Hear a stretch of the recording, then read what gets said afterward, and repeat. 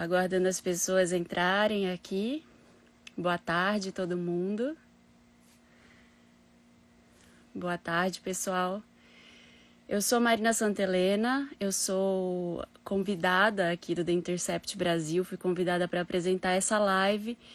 Eu apresento um podcast, dois podcasts, na verdade, o podcast Milkshake chamado Wanda e também o podcast Estilo Possível, onde eu falo sobre moda, sobre os novos caminhos da indústria. Eu também sou pesquisadora, estou fazendo mestrado em moda e têxtil na USP e eu vou receber uma pessoa muito especial aqui, uma pessoa que é bem um nome muito importante no cenário da moda atual, que é a Fernanda Simon. Ela é diretora executiva do Instituto Fashion Revolution Brasil e ela vai poder falar um pouco mais, assim, desenvolver esse assunto que é a moda pós-corona, né? As crises que a gente está vivendo, moda tem muito a ver com política, tem muito a ver com sociedade, tem muito a ver com muitas coisas que a gente acha, às vezes, que não tem a ver, mas está tudo relacionado. Então, acho bem importante, agradeço aí ao convite do The Intercept, por ter me chamado para apresentar essa live. Agradeço a disponibilidade da Fernanda também. Vamos ver aqui.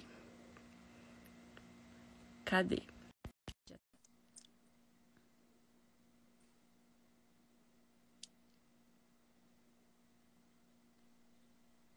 Olá!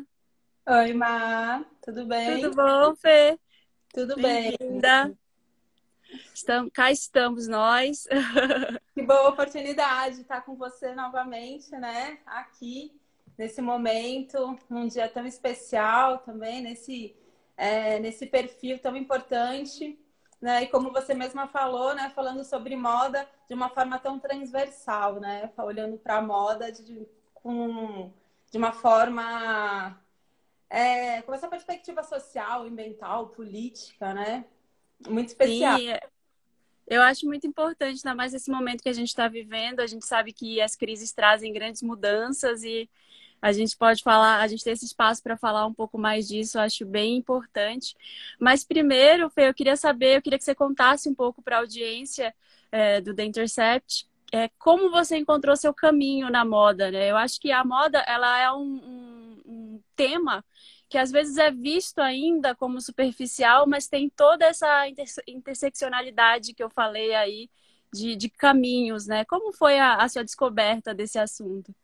Legal, Marina. Bom, eu resumindo, né? Resumindo toda a minha trajetória, eu fui uma estudante de moda um pouco revoltada ali com o sistema de moda. Eu acho que hoje em dia, né? Essa semana, esses últimos dias, a gente já vem percebendo toda essa questão de questionar, né, com mais intensidade todos esses modelos do trabalho, como as pessoas se relacionam, né, dentro desse mercado mais convencional da moda.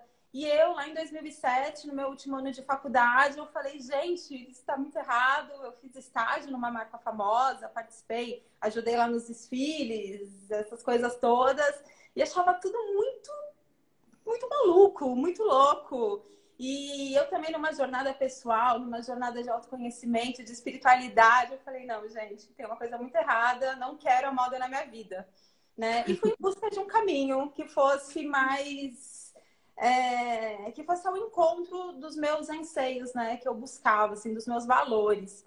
E, enfim, fui morar fora, fui para a Inglaterra, encontrei na Inglaterra, cheguei na Inglaterra em 2008, marcas que trabalhavam com mais propósito, marcas que falavam sobre as histórias das pessoas que estavam envolvidas, sobre os processos, tudo muito à contramão, né, daquele mercado de moda que a gente vê e que até então sempre existe desde então, né, cheio de excessos, cheio de volume, de velocidade, de muito, né? E muito excesso, assim, e ao mesmo tempo tão vazia, né? De significados, né? Então, quando eu encontrei, assim, que isso era possível, sabe? Que a moda, ela tem esse poder, né? De trazer as histórias, de trazer as pessoas, de trazer os processos, de estar integrada com a natureza, né? Porque quando a gente pensa em moda, a gente tem que pensar que a gente está falando de uma cadeia que ela vem lá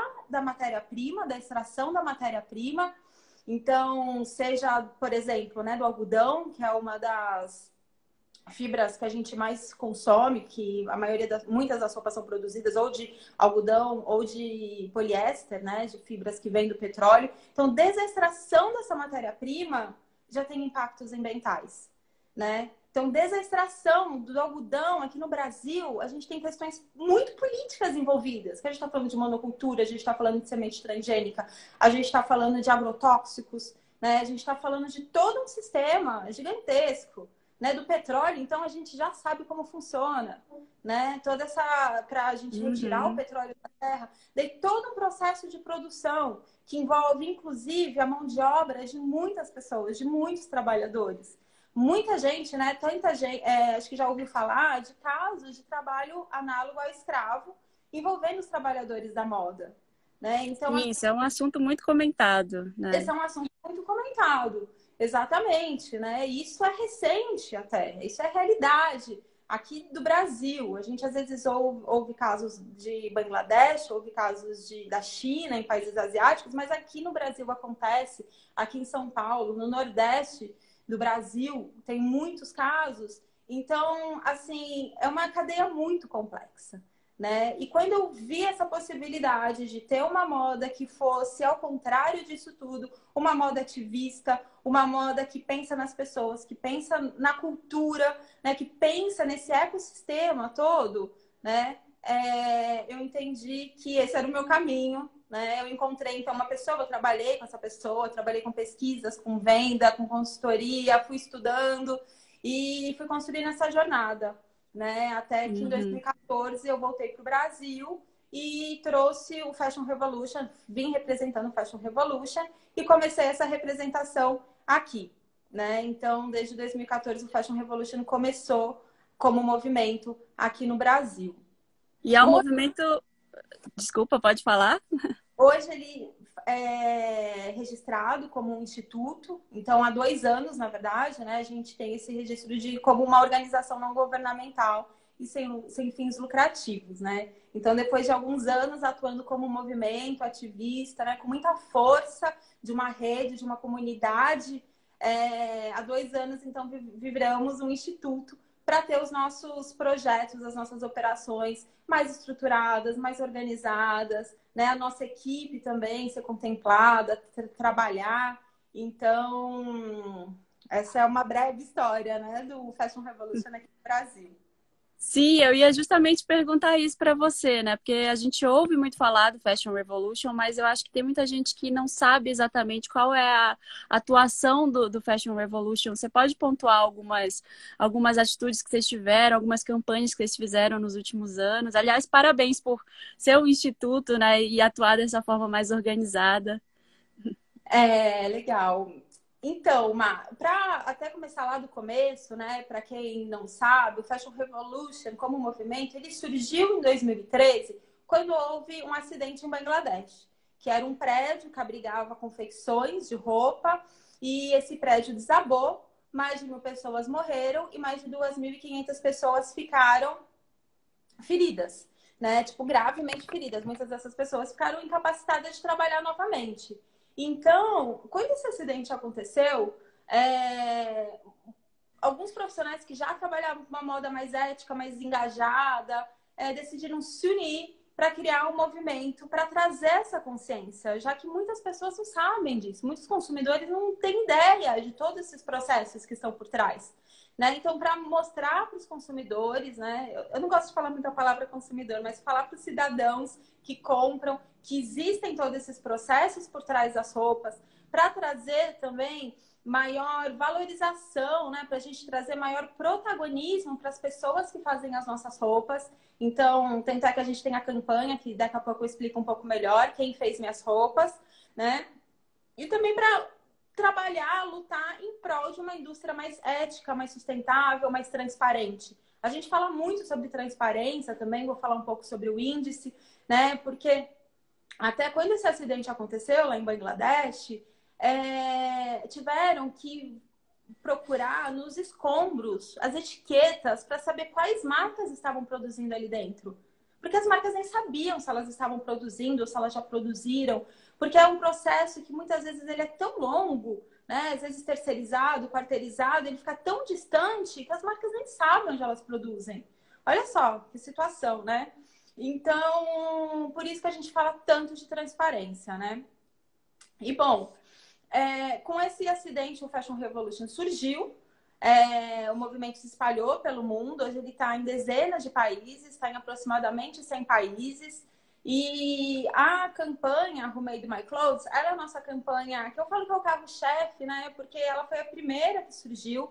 Ela surgiu exatamente por conta do acidente, né? Por conta, para lembrar dessas vítimas, dessas pessoas que morreram costurando roupas, né? E para a gente celebrar essa profissão, celebrar essas pessoas que hoje estão aqui trabalhando, né, nas máquinas de costura, nesses processos. Então, é a pergunta que a gente usa na campanha, quem fez minhas roupas, para a gente conseguir trazer essa visibilidade, valorização desses profissionais, mas também a consciência de quem compra e também trazer maior pressão para as marcas, né, para que as marcas entendam que elas precisam ser mais responsáveis, elas precisam ser mais transparentes, né? Então, assim, essa é a nossa campanha principal, que acontece na semana do dia 24 de abril, que é a Semana Fashion Revolution, né? No mundo todo. Então, acontece nas redes sociais, acontece offline. Esse ano não aconteceu offline, mas acontece em eventos, enfim, de diversas formas, né? Ano passado, por exemplo, a gente teve mais de 800 eventos pelo Brasil. E, bom, falando também de outros projetos, a gente tem o Índice de Transparência, que é um projeto também muito importante, que é um projeto que ele surgiu no Global em 2016 para entender qual. Tá falhando um pouco seu áudio, Fernanda. Fernanda? O Brasil. Oi. Oi? Não, essa parte da transparência na moda deu uma falhada. Eu não sei se foi para todo mundo. Foi escolhido. Quem quiser comentar aí se falhou, se conseguiu ouvir. Mas essa parte da transparência Projeto não de ficou forma muito clara. localizada.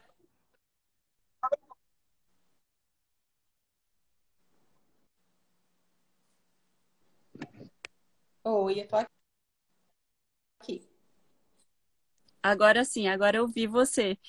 Justamente assim, essa é a minha próxima pergunta, né? O que é? Vocês criaram em 2018 e 2019 o índice de transparência e eu queria muito Voltou? entender o Tá me que é, em ouvindo? que ele se baseia. Tô ouvindo. Seu áudio tá um pouco antes da sua imagem. A sua imagem tá travando, mas o seu áudio eu consegui ouvir ele agora.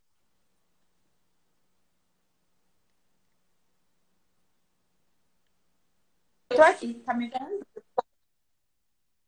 Tô. Agora voltou.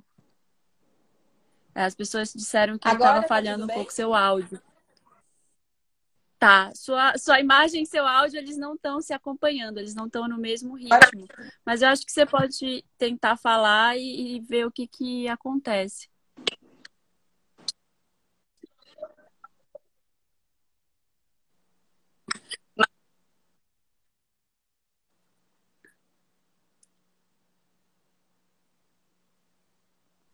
Fernanda? Voltou. Ah, eu acho que ela caiu, gente. Vamos esperar. Vamos esperar um pouquinho aqui para ver a volta da Fernanda do Fashion Revolution.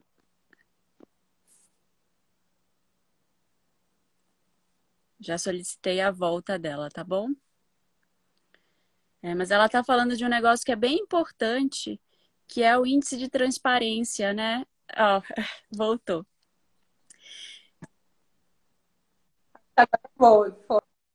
Foi, né? Foi, agora voltou. Legal. Ai,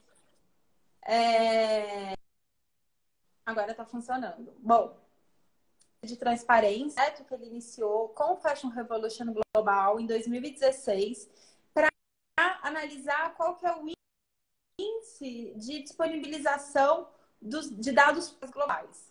Então, o Brasil foi o primeiro país a ser escolhido para realizar uma edição.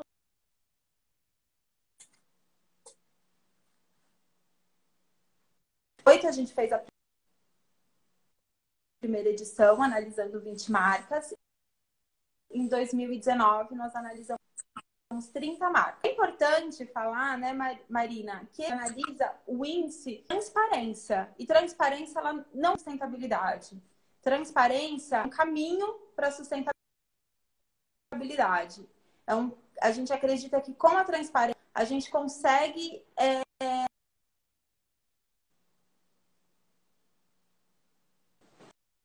Eu desativei os comentários aqui para ver se melhora a conexão, porque ainda está um pouco travando algumas coisas que você fala. Você está me ouvindo? A última coisa que eu ouvi que você falou foi que a transparência não é a sustentabilidade em si, né? Ela é um caminho que leva à sustentabilidade.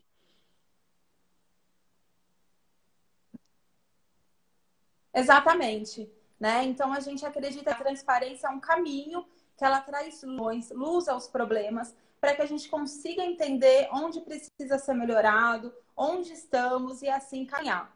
Então esse é um projeto que ele tem trabalhado. Pessoal, tivemos uns problemas aí na conexão, tá bom? Mas a gente está tentando resolver já e logo mais a Fernanda está aqui de novo, tá bom?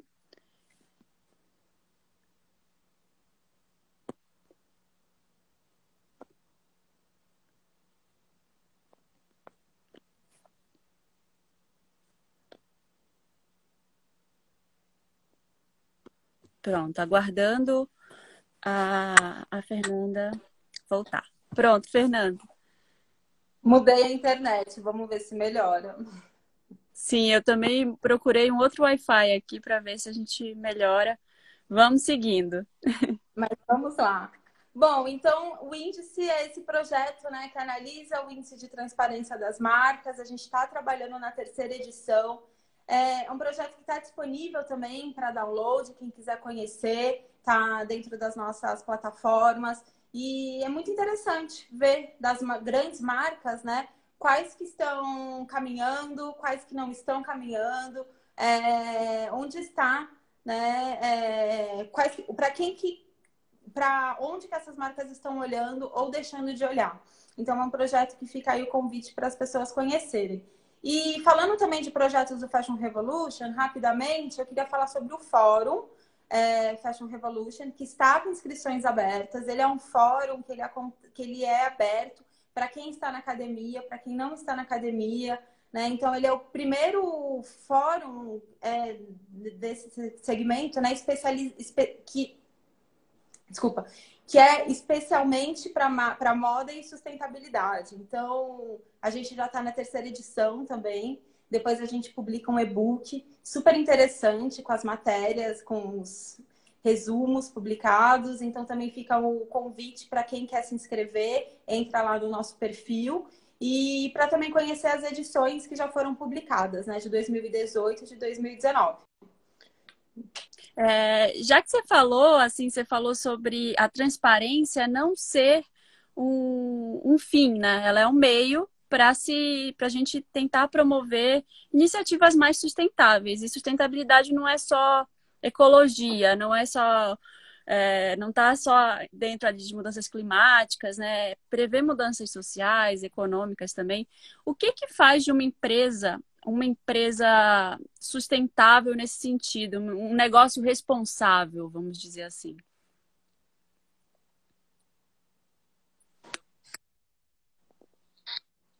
Sim, Marina, exatamente. Né?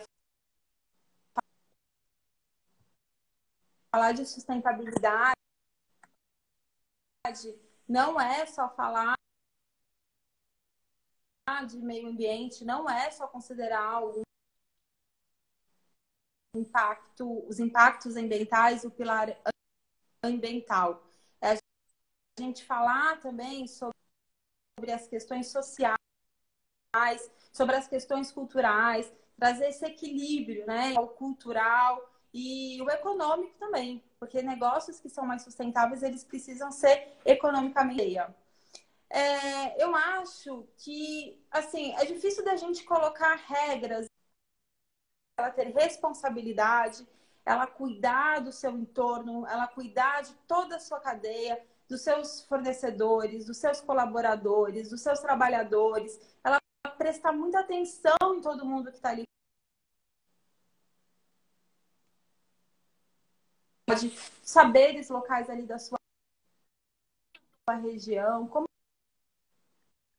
que ela está beneficiando, como que ela está beneficiando a sua sociedade, né, a sua comunidade, como está funcionando com o seu espaço. E eu acho que sociais, como também as questões também da terra, você cuidar da água, você cuidar do ar, é você cuidar da sua comunidade também, cuidar das pessoas. Uhum. Deu algumas falhadas, mas deu para entender o conceito geral. Eu acho que deve ter, não sei se deu para toda a audiência, mas aproveitando que a gente está falando disso, sobre sustentabilidade, né? No final do ano passado, teve uma declaração bem polêmica do CEO da H&M, que, aliás, a H&M é uma empresa que já teve muitos problemas no passado, se propôs a ser uma empresa mais sustentável até 2020, né? Não sei se conseguiu, eu acredito que deve ter encontrado muitos desafios aí, mas o Carl Johan Persson, que era o diretor, o CEO da H&M, ele, motivado por todas aquelas discussões sobre o clima, né, da história da Greta Thunberg e tudo, ele deu uma declaração bem polêmica no ano passado, falando assim que as pessoas, os ativistas do meio ambiente falam muito sobre não fazer isso, não fazer aquilo, deixar de comprar, deixar de viajar, deixar de fazer as coisas, mas não preveem o impacto social que isso pode ter, né, nas marcas de moda e em outras marcas de bem de consumo em paralelo, né? E é muito louco ver isso, porque eu acho que várias marcas que estavam aí no cenário mundial tentando fazer uma mudança, tentando separar uma verba para talvez comprar algodão orgânico, ou para ser mais sustentáveis, ou para ter uma cadeia mais responsável, se viram impactadas agora pela crise do coronavírus, né? Então, acho que elas meio que se viram entre a cruz e a espada ali, né? Você acha mesmo que a gente tem que escolher, que a gente chegou a esse ponto do tipo, a marca precisa escolher entre ser sustentável ou pagar o salário de um funcionário?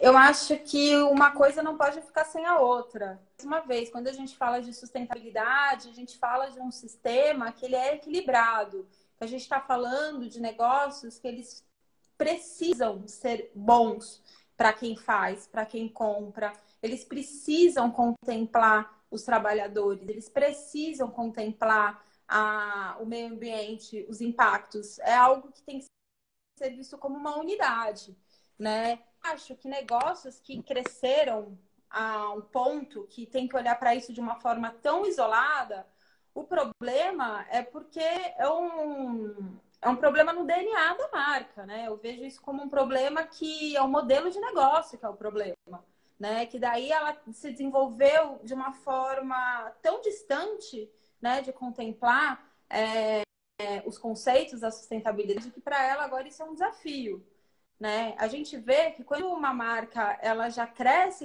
com esse DNA, quando ele já cresce, ele já nasce, né, pensando em ter mais propósito, quando ele nasce já pensando em ter um impacto mais positivo, ele nunca vai pensar, sabe? Não é uma coisa ou a outra, né? Ele sempre vai ter esse pensamento sistêmico, esse pensamento integral, né? Então, eu acho que esse é um problema que enfrentam as marcas que demoraram muito para olhar para isso e que agora olham para a sustentabilidade de uma forma isolada, como como algo que pode ter ou não, assim, né? Como algo de fora, né? E sendo que a sustentabilidade ela tem que estar dentro dos negócios de uma forma transversal, de uma Uhum. forma integrada mesmo, em todos os lugares, né? Em todos os departamentos, em todos os processos, para considerar tudo que acontece ali dentro, a sustentabilidade tem que estar sendo contemplada.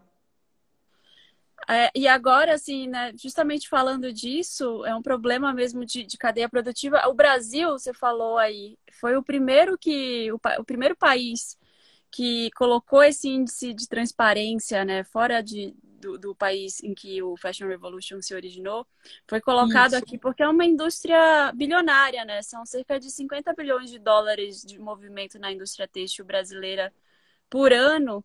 Só que ao mesmo tempo é uma empresa que ao mesmo tempo que movimenta toda essa grana, ela é muito frágil. E eu acho que em tempos de crise como essa que a gente está vivendo, essas fragilidades se evidenciam mais, né? Elas ficam mais aparentes.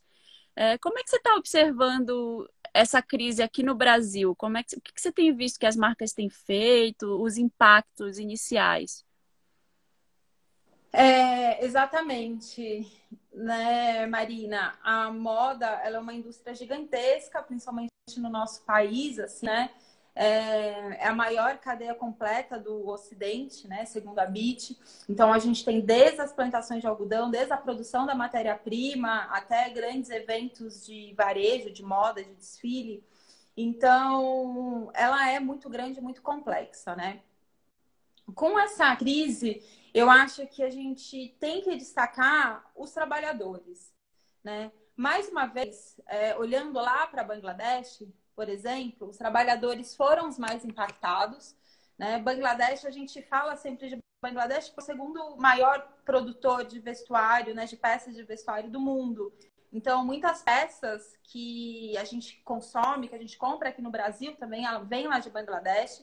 E lá em Bangladesh foram quase 3 bilhões de dólares de pedidos cancelados. Assim, foi um caos, né? E os números do impacto lá de Bangladesh, depois de 7 anos da queda do Rana Plaza, continuam alarmantes, são números enormes. E aqui no Brasil também, né? A gente vem falando com algumas organizações que estão mais próximas dos trabalhadores, como o CAMI, como a Aliança Empreendedora, e a realidade dos trabalhadores aqui do Brasil é bem delicada. Né? A gente tem casos de pedidos cancelados, a gente tem casos de trabalhador que ficou sem ter mesmo o que produzir e que depende de uma diária para conseguir se alimentar, para alimentar sua família. Então, a questão dos trabalhadores é algo bem delicado aqui no nosso país, que eu acho que vale ressaltar, né? Que com toda essa crise, as pessoas que estão nas pontas e no setor da moda são as pessoas que fazem as nossas roupas, elas são as mais prejudicadas. E, Marina, queria até lembrar que hoje, dia 12 de junho, é o dia do combate ao trabalho infantil, né? E a gente tem muitos casos de trabalho análogo, de trabalho infantil no setor da moda aqui no Brasil também, né? Então, para a gente lembrar que, infelizmente, a gente ainda tem essa realidade também para a gente pensar e para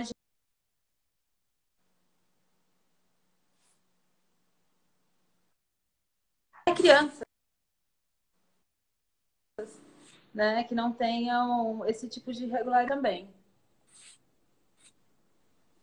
Sim, deu uma falhada, mas ficou dissociado o áudio da imagem, mas acho que deu para entender a ideia geral, né? É muito delicada mesmo essa questão.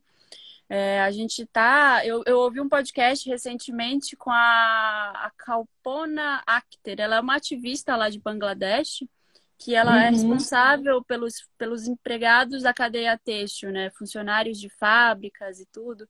Então, ela é um dos grandes nomes no ativismo por lá, nesse segmento. E ela fala que as pessoas estão tendo que escolher entre pegar coronavírus, sair na rua, né? Ou ficar com fome em casa. Eu acho que é um caso muito parecido com o do Brasil, né? A gente tem essa realidade aqui. Você vê alguma solução a curto e médio prazo para isso? Como você vê as respostas a esse tipo a essa situação que a gente está vivendo? Olha, eu acho que tem uma mobilização social, né, para ajudar, quando a gente pensa em moda, assim, para ajudar os pequenos produtores, as pequenas confecções, os trabalhadores, mas é muito complexo, né? Assim, pensando a longo prazo, a médio, até curto prazo mesmo, eu acho que a gente está vivendo uma situação que a gente não faz ideia do que vai acontecer essa semana, na próxima semana, mês que vem. Então, eu acho que para a gente entender qual que vai ser a situação dessas pessoas que estão na ponta, né, do setor a longo prazo, eu acho que é difícil assim de ter essa previsão, né? A Uhum. gente, pelas marcas, a gente vê que algumas marcas estão se reinventando, que inclusive se reinventar, se reposicionar, ter uma resposta rápida, né? Ter operações mais digitalizadas. Eu tenho lido várias pesquisas, né, que mostram que essas marcas elas estão conseguindo sobreviver de uma maneira equilibrada. Mas tem muita marca que está com sérios problemas, até mesmo porque os consumidores não estão dando prioridades para comprar item de vestuário, né?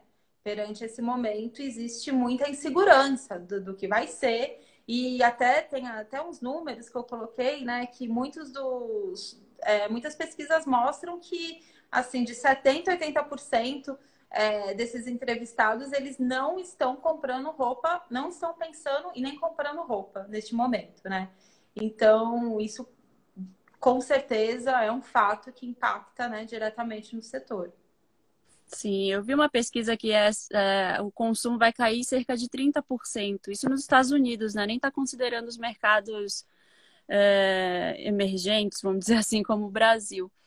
E nas últimas semanas, né, mudando um pouco de assunto, a gente teve vários protestos aí pelo mundo. A gente teve o movimento Black Lives Matter conduziu vários protestos aí e teve várias respostas, inclusive na indústria da moda, né? A Harper's Bazaar foi uma revista que nomeou a primeira editora-chefe negra em mais de 150 anos de revista. A gente teve várias respostas, várias denúncias, né, com relação a Condenaste, com relação a até alguns canais mais jovens, mais adolescentes, né? A gente teve alguns problemas no Main Repeller lá, que é no site, no Refinery 29. Então, foram várias denúncias ali de problemas de racismo, problemas de não inserção de pessoas consideradas fora do padrão também, né? A moda tem essas questões muito afloradas e traz muito à tona esse tipo de discussão. Você acha que nesse novo sistema da moda que está em construção, né, que uma moda que a gente quer ver melhor assim no mundo, como você acha como você vê essa forma não do racismo, mas do privilégio e do elitismo que é mostrado nas grandes revistas de moda? As revistas vendem isso, né? Você vê uma forma disso não ser considerado aspiracional no futuro? Porque hoje as pessoas olham e falam, nossa, uma pessoa rica na capa, uma joia, a moda é muito baseada nisso, né? Como a gente desconstrói esses padrões? Com certeza, Marina. Não só as revistas, né, como todo o sistema da moda, né, os desfiles de moda, as vitrines, né, em todo um sistema que vai muito além, né, do que só a revista. Mas, com certeza, eu acredito que é impossível a gente falar de sustentabilidade, a gente falar sobre um novo momento da moda, falar sobre tudo isso que vem acontecendo sem a gente falar da importância da representatividade. Ela tem que fazer bem para todos, né? Ela tem que fazer bem para todos e todos. Ela precisa tirar esse padrão alienado, né? Irreal, que não condiz com a realidade global, né? Seja em questão de recursos naturais, seja em questão de beleza, nada disso condiz com o sistema que a moda, né, criou, não condiz com a realidade. Então, com certeza, eu acho que tudo isso já vem sendo transformado, né, dentro de movimentos ativistas, como o Fashion Revolution, mas como tantos outros, né, que provam e que mostram que sim, a moda ela tem que fazer bem para todos, ela tem que mostrar a todos, ela tem que servir em corpos diversos, que todos os corpos são lindos, que todas as pessoas são lindas, todas as pessoas precisam estar dentro deste mercado, né? Deste momento e pensando, discutindo moda, e a moda ela precisa trazer essa representatividade. Referente às questões raciais, né? A gente sabe que aqui no Brasil a gente tem a questão do racismo Estrutural. estruturado, né? Que vem sendo cada vez mais exposto, e eu acho que eu falo até assim, né, mostrando até uma vulnerabilidade interna, né, dentro do Fashion Revolution, que a gente vem discutindo muito isso, que a gente vem pensando em formas, né, de se tornar uma organização mais antirracista, que a gente vem aprendendo muito, a gente vai percebendo o quanto que a gente não sabe, o quanto que a gente tem que melhorar, né? A gente trouxe uma especialista de fora para estar dentro, fazendo parte desse processo com a gente. A gente criou um comitê interno, mas a gente, cada vez, né, que a gente estuda mais, que a gente lê, a gente vai entendendo quão sério essa questão e quão unidos precisamos estar para enfrentar toda essa situação, né? E criar formas de que a moda, não só dentro do movimento, mas a moda no geral, ela seja assim antirracista e ela traga representatividade, né, de outros corpos. A gente tem a questão também das pessoas que têm algum tipo corpos que têm algum tipo de deficiência. Então, como que a gente também traz essas pessoas para a moda, né? Então, são muitos caminhos assim que a gente precisa trazer e que a gente precisa se unir, que a gente precisa mostrar que é isso, né? A moda ela é roupa, a moda ela é cultura, a moda, como a gente falou, ela é política, a moda é sustentabilidade. A gente tem que mostrar e quebrar todos esses padrões que não cabem mais, né? Acho que a gente está vivendo assim uma realidade que, quando a gente olha para para algo que não nos representa, que não representa o que a gente vive, a nossa realidade, fica muito mais claro hoje, né? Então, quando a gente olha essa imagem de moda que não condiz, ela não é mais aceita. A gente vê as novas gerações, até trazidas, né, pela Greta, assim, tudo isso que a Greta vem trazendo, vem mostrando, e essa geração que vem tendo até mais acesso ao consumo agora, elas vêm mostrando que elas querem propósito, que elas querem valores, que elas querem representatividade, elas querem história. Então, isso se torna cada vez mais claro e mais real na nossa sociedade como um todo, né? Sim, é como a Samira, a Samira Nars, que é a nova editora-chefe da Bazar, falou, que não é sobre privilégios mais, é sobre progresso social, né? Então é esse o goal agora. Só que mesmo assim, Fê, eu vi uma coisa recente que deixou minha fé um pouco abalada, assim, em todas essas mudanças, sabe? Queria até discutir com você, que a gente viu, a China foi o primeiro país a fechar, né, que foi abalado aí pela crise do corona, e é o maior mercado de luxo, o maior mercado de luxo do mundo, né, onde se vende as lojas que tem um preço mais alto, que tem esse apelo do luxo, é onde elas vendem mais. E aí, lá aconteceu uma coisa muito louca, que foi que agora que reabriu, teve fila nas lojas, né, para comprar. A Chanel e a Louis Vuitton aumentaram o preço de alguns produtos ali, e isso, ao invés de afastar os clientes, levou mais gente para as lojas, porque as pessoas pensaram, agora eu vou tentar comprar antes de aumentar. Essa notícia gerou um burburinho que levou mais gente. Então, não sei, quando eu vejo esse tipo de coisa, às vezes eu fico pensando que será que realmente essa crise pode influenciar a gente a longo prazo, ou a humanidade já está condicionada a querer o que não pode ter, sabe? Assim, a querer uma coisa impossível, inalcançável, que é esse sistema de moda antigo que a gente vê. O que você acha disso?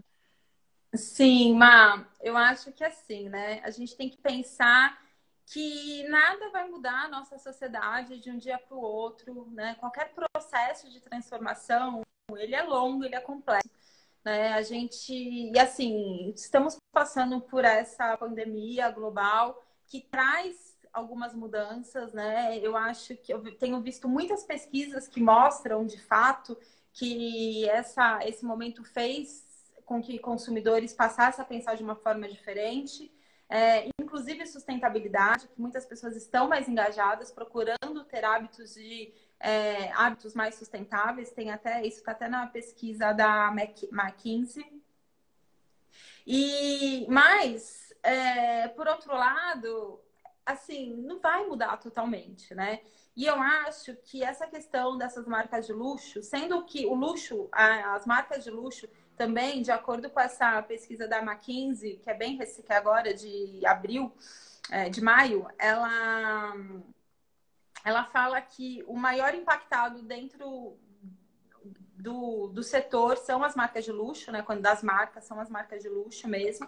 Então, eu vejo que, assim, é um esforço mesmo para elas continuarem a existirem, que isso, também pensando isso a longo prazo, sabe? Não sei como que vai ser. Eu vejo que não tem como saber, né? Mas eu acho que assim, elas estão tentando correr atrás de um prejuízo.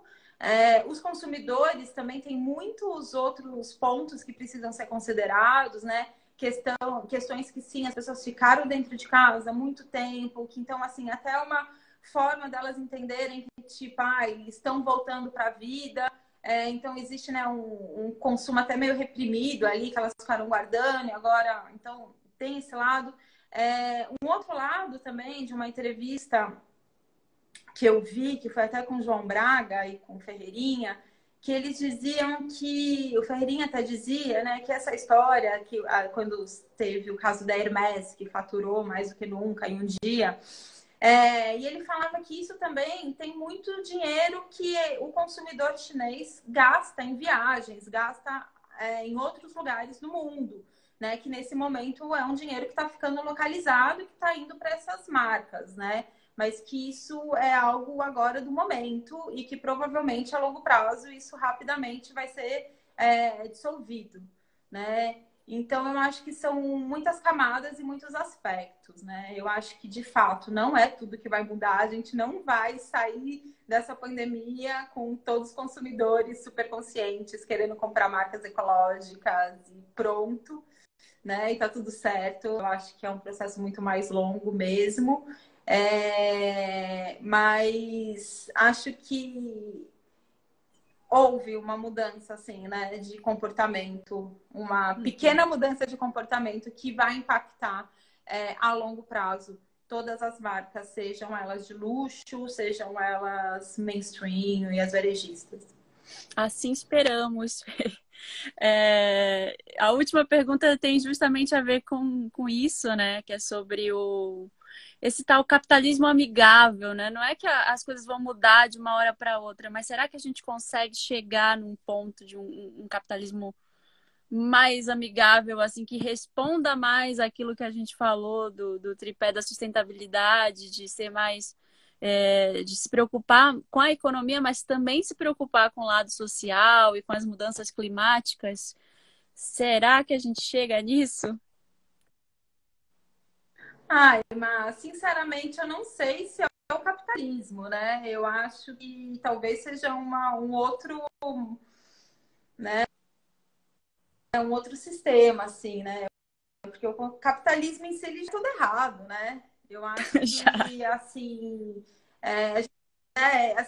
mas acho que nesses momentos, outras formas de negócio, por exemplo, elas vêm emergindo, né? Na moda a gente vem vendo que outras economias vêm mostrando que são possíveis, né? Eu acho que quando a gente fala de moda e sustentabilidade, a gente vem percebido muita discussão da economia circular, da economia compartilhada, da economia criativa. Então, a gente já vem vendo, percebendo, estudando, entendendo tantas outras possibilidades, né, que vem emergindo, que eu acho que aos poucos isso vai também tomando força. Agora, se é dentro de um sistema capitalista, eu não sei. Eu acho que também é algo muito complexo para entender quando que isso vai mudar e como que isso vai mudar, né? Assim, sinceramente, eu vejo que a moda, ela tem esse poder de impactar positivamente, de mostrar, né, quantas possibilidades existem atrás de roupas, né? Que é isso, moda é política, porque a gente tem pessoas que trabalham, então a gente tem que falar sobre leis trabalhistas, a gente tem que falar sobre agrotóxico, a gente tem que falar sobre políticas de resíduos sólidos, né? A moda, ela tem, assim, 1 milhão de características que a gente precisa passar a olhar e contemplar quando a gente pensa em moda, quando a gente compra, quando a gente consome, quando a gente descarta. Agora, se o sistema vai mudar com tudo isso, eu acho que ficou um pouco difícil para eu falar, né? Eu acho que esse não é nem É, coloquei uma responsabilidade enorme aí. É, mas eu espero, né, que tudo isso nos leve a um lugar melhor, né? Eu acredito nisso. Eu acho que a cada dia, assim, há uma evolução pequena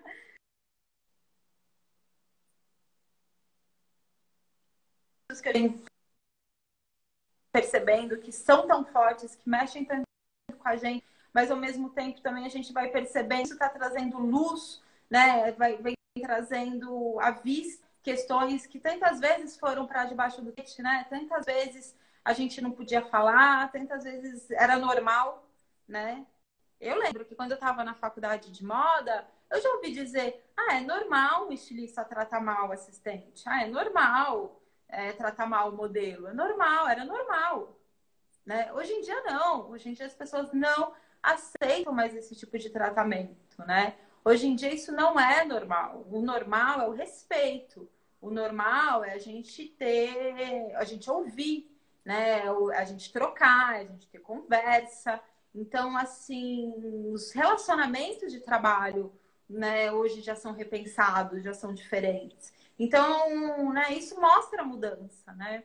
Eu vejo também que quando eu estava lá na faculdade, né, há 15 anos, quando eu entrei, em 2005, na Santa Marcelina, nunca se falou de sustentabilidade, nunca se falou sobre questões trabalhistas, nunca se falou sobre tratar bem o próximo, nunca, né? Era criatividade, tal, Era desfile, o estilista gênio. estilista gênio, genial, olha isso que ele fez, tal, né? E hoje em dia não, hoje, né, a gente precisa contemplar todos esses aspectos, né? Hoje o estilista gênio já não segura mais, né? Só essa Sim. é isso, né? Um Uhum. estilista gênio é exatamente aquele que está olhando para tudo, né? Que tem essa visão sistêmica. Então, assim, eu vejo que essas mudanças elas estão acontecendo, né? É claro que quando a gente pensa no tamanho dessa cadeia, no tamanho dessa indústria, no tamanho do nosso país, né, o tanto de peças que são produzidas, que são consumidas, que são descartadas, né, quando a gente vê a questão de várias cidades, como até lá em Toritama agora, né, que recentemente saiu o filme, estou me guardando para quando o carnaval chegar, que inclusive quem não assistiu ainda, fica o convite para assistir, né, que coloca a questão dos trabalhadores dessa região produzindo jeans. Então, quando a gente olha para a complexidade do problema, parece que a gente nunca vai chegar a lugar nenhum. Mas eu acho que aos poucos, né, conseguiremos. Né? E se a gente Sim. muda a moda, a gente muda também a nossa comunidade. Né? Se a gente está num ambiente de trabalho mais respeitoso, se a gente está vivendo de uma forma melhor, consumindo de uma forma melhor, produzindo de uma forma melhor, isso é impactar a nossa sociedade, a nossa comunidade, a maneira que a gente vive, né? Então, assim, a gente usar de fato a moda como uma ferramenta de transformação, né? Como uma Uhum. ferramenta de mudanças mesmo que impacta todo ao nosso redor de uma forma positiva. É isso. Fernanda, muito obrigada. Acho que foi bem legal a conversa, gostei. E como é que a gente faz para participar do? Você falou do Fórum Fashion Revolution? Isso, o fórum tá com as inscrições abertas, então. O edital está na nossa página, né? Eu estou aqui logada pelo Fast Rev Brasil, então fica o convite até para quem não segue, entrar lá na página do Fashion Revolution Brasil. O edital para participação do fórum está lá, as inscrições, se eu não me engano, até dia 6 de julho. Então, participem, né? Conheçam o nosso trabalho. Se reconheça como um ativista, né? Como procure saber quem fez as suas roupas, se pergunte quem fez minhas roupas, essa é até a nossa hashtag. E saiba mais, entre nesse processo de construir, de aprender, né, sobre os caminhos que sejam mais sustentáveis e melhores dentro da moda e dentro da onde for que a gente estiver.